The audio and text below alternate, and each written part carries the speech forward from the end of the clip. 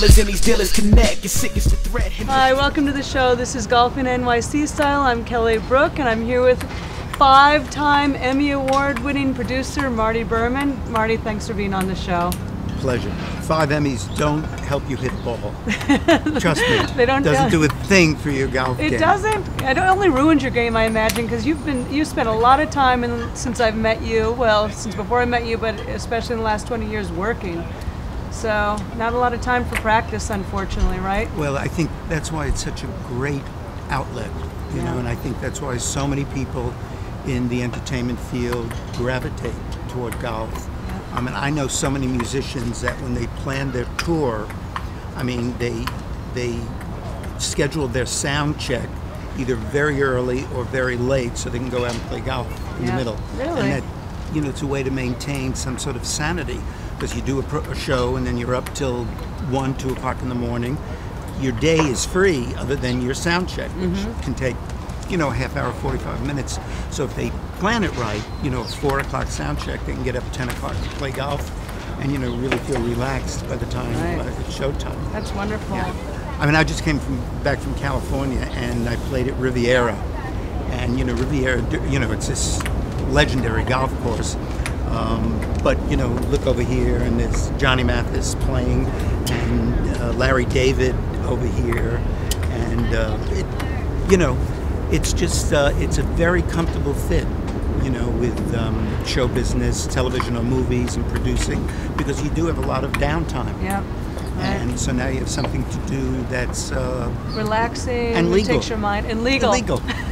And I've done some work in Europe and Latin America, Poland, and, you know, when I have a few days, you know, I find out if there's a golf course. I mean, to golf in Poland, you know, is a trip and unique. In Venezuela, there was a golf course right in the middle of town. I mean, picture a golf course in Central Park.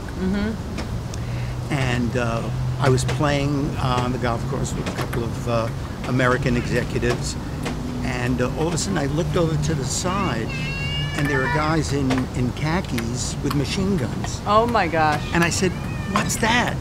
And they said, "Well, it used to be a prime place for them to swoop down, kidnap the American executives, and then hold them for ransom."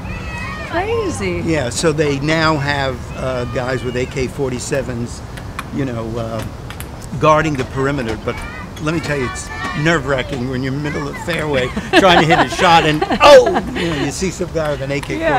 Yeah, it puts a 3-foot putt into perspective, Oh, God, that's for sure. Yeah, talk about getting nervous and stuff like that. Marty, you've had such a really great career. I mean, there are 2 things specifically that really interest me. You know, I wasn't here at the time, but I heard so much about the Willowbrook investigation where you stormed in, your crew and Geraldo stormed in and, you know, basically shut that facility down. It was a horrible facility. I know all my friends still talk about it to this day. Yeah. And what was that day like for you? Well, it was, in retrospect, I mean, it reminds me of what television can do, television at its best, which is really, you know, provide and give people a way to change things. And eventually we closed the facility and passed legislation and everything like that. But, you know, it reinforces this whole idea that you can make a difference, that if people get together and you can, you know, knock on politicians' doors and you can really, you know, just change the way people think. Very interesting stuff. Well, I know you've made great changes. You know, the Department of Ed here in New York City has made great changes thanks to your investigative reporting, and I just, you know, I want to thank you for everything you and Geraldo and the crew did. It's so but unbelievable. Yet nothing changed. Nothing changed. Till then. like 72 or something, it took, right? Yeah, it took another... Or no, till 80 something, I think. Well, 87? that's when it eventually closed, but, you know, as a result of the reports, it started to change. People were aware of it. You know, most people didn't. Right. I mean, Bobby Kennedy called it a snake pit. Wow. It's our snake pit. Speaking of the Kennedys, this country, including myself, has such an obsession with this family. I mean, I know recently there was a documentary on, not a documentary, a mini-series on the Reels channel. I watched every single minute of it. It's, you know, we have such a fascination with this family. this is very impressive to me that you actually were the person that secured the Zapruder tape and aired it on ABC. Can you tell us more about that? Well, we were doing a show called ABC Late Night. It was Wide World of Entertainment. Our show was called Good Night America, and we were going to do this report on the Kennedy assassination, and the film had never been seen because, well, it was this historic footage, and the CIA came in, the FBI came in, and everybody captured this film because they didn't want people to know more than they knew, the government. And I was introduced to someone who actually worked for Life magazine, and he was in the lab, and he was the guy who processed this footage. It was 8mm film taken by a local businessman, Abraham Zapruder, and he had one of those little 8mm cameras in museums now.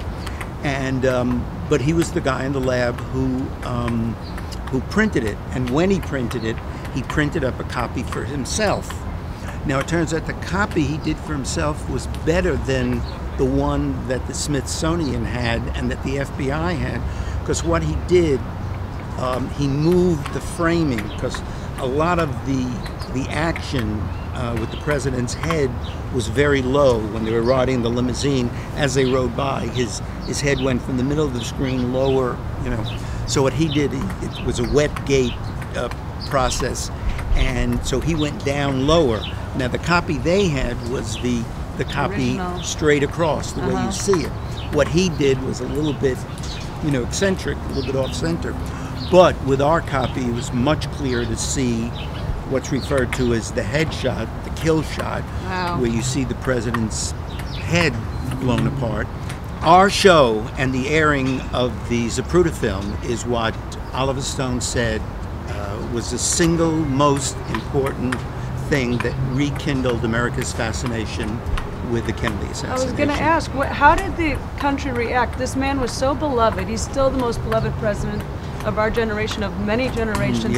How did they react to seeing such a graphic, you know, film footage? Well, we gave a warning. I'm telling you right straight out that if you are at all sensitive, if you're at all queasy, then don't watch this film. Just put on the late night movie. But of course, in television, when you give a warning, that's just another way of saying you don't want to miss this, folks. I mean, it's a little trick. If you have to say, now turn away if you're a little squeamish or something, no one's going to turn away. Or if the kiddies are in the room, please tell them to go out. Nobody's leaving. But anyway, you know, a lot of people were very upset. But what was more important is that everyone started to talk about it again. And it was clear to me, anyway, you know, it's you know, like a Rorschach test. Everyone can look at it and see something else. I don't know how, but you know, it's clear to me where the gunshots came from. It's clear to me his reaction, and yet, if you know, there's still so many theories. You know, it'll never be solved in our lifetime, and we only have that, and there's another piece of footage. The Knicks footage, but it's not nearly as dramatic, but it helps with the placement. I don't know. I mean, when I look at it, to me, it's obvious that there was more than one gun. Right. But what do I know? Well, you know a lot. Well, you have won 5 Emmys. I still can't hit the little ball. You know, how much do I know? And it doesn't move. You know, it just sits there. It's really something. Well, should we go look at your swing? Yes. All right. Let's go see what's happening. Let's go. You know what I want to know, Kelley? What? What's the biggest problem that you see in amateurs? Well, the single biggest. I mean, is there one? Casting is the biggest problem, or the biggest. Yeah, I would say casting is the biggest problem, which leads to a lack of distance generally. Usually that's caused from not shifting your weight, but they're all different kinds of problems. Yes, but and I do that. You do? So what is exactly, well tell me, what exactly is the issue with your swing? What do you think is happening? What would you wish for in an ideal golf room? I just wish I could hit it as far as I think I should hit it. Okay. You know, I'm okay with my irons, and you know, the ball relatively straight. I don't lose a lot of balls. I just can't get the distance with the driver that I'm happy with. Okay. And I think it puts me at a disadvantage. You know, it's always adding at least one shot to every hole. Absolutely, especially nowadays, and making the courses so much longer. I mean, you need to be able to get off the tee. Yeah. I mean, I don't want to hit it 300 yards, but I'd like to hit it further than my 7-iron. Well, that would be nice. Okay, why don't you hit a couple shots? Let me see what's going on.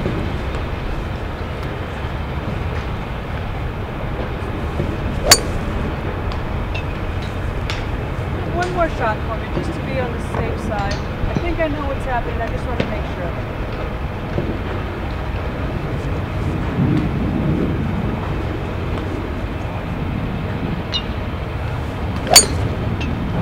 Okay. Here's what's happening in your swing, Marty, and it's very, very common. Let me borrow your club for a second. It is the casting issue. You said it. We knew it. What's happening is you're getting up to the top of your swing, you're swinging down, you're throwing that club out a little extra soon, and then what's happening is you're actually semi-scooping the ball. Now imagine a baseball player setting up to hit a home run, and they come in and check the swing. That's exactly what you're doing. You're going to be hitting pop flies to right field. You're not going to hit a home run. You're getting no distance whatsoever. Ideally in the swing, what happens, and your backswing is fine, but what happens is you come up, you're in what I call the tray position where that right wrist is bent backwards. You're fine with that. Now what we need to do though is we need to get you to hold that release to the last minute, and here's the key. We need you to fire that right hand over the X, making an X factor here. That's what I call the X factor. You're making more of a V factor, not an X factor. Okay, I'm gonna give you a drill. And I want you to go to the driving range after we're done here, and I want you to practice this drill for a little while. I don't want you to overdo the drill, but I want you to do it for a good 15 minutes. Okay. Okay, we're gonna isolate your arms by putting your feet together. When your feet are apart, you're gonna feel like you want to sway, all kinds of things. We just want this to be an arm drill. What we're going to do is we're going to split grip your drill, your hands. So we're gonna put about 2 inches in between your hands. Feet are together. It's gonna feel a little awkward because you won't be able to straighten your left arm. That's okay. You're gonna come up to the top of your swing as well as you can. You're gonna swing through, and we're gonna stop right here trying to get that X factor. That X factor is important. What I don't want you to do is follow all the way through yet. We're gonna work you into that. But we need to make sure you're at least getting to this point before we follow through. Exactly. Okay, come on in. I'm gonna tee up a ball for you. You are going to put your feet together with the ball in the middle of your feet. Okay. Separate your hands by a couple inches. Right. Good. You're not going to swing hard. We're just working on the finish. Good. Try not to finish around too far. Remember, we're going to stop right and check your arms right after the swing and see if you're in the X. So again, all this is doing is it's helping you to learn when to release, and it's teaching you how to release. So you split those hands. Good. I like practice swings. Exactly. Do you feel the difference there, Marty? Absolutely. I feel, you know, my back is sort of attached to it all. Good. Good. I mean, 70% of the power of the swing, Marty, comes from what you're doing right there. Well, from what I'm not doing. From what you're not. Yeah. Well, you just did it in the drill, but 70% of the power comes from rolling right hand over left. Women a lot of times do this because they've just never played a ball and bat sport where they have to roll their hands over. Okay, so let's imagine it's like a cooking show. We cut to the chase. Let's imagine you've done that for the last 15 minutes. Now I want you to gradually put your hands back. So you're going to spread your feet apart. You're not going to be a complete split grip, but you're not going to be an interlocking either. So we're going to gradually move your hands. That? Exactly. Gradually moving your hands together. Good. I love that. Do you see how your right hand's rolling over your left now? I'm really sort of exaggerating. You know what? You can't exaggerate it right now. If you start exaggerating, you're going to start to hit snap hooks. That's okay with me. Hit a snap hook. It's better than a, 150-yard shot down the middle. Okay, now you've done that for 5 minutes. Let's put your hands completely back together. Remember, loose hands. And let's see how well you release this club, meaning how well you roll.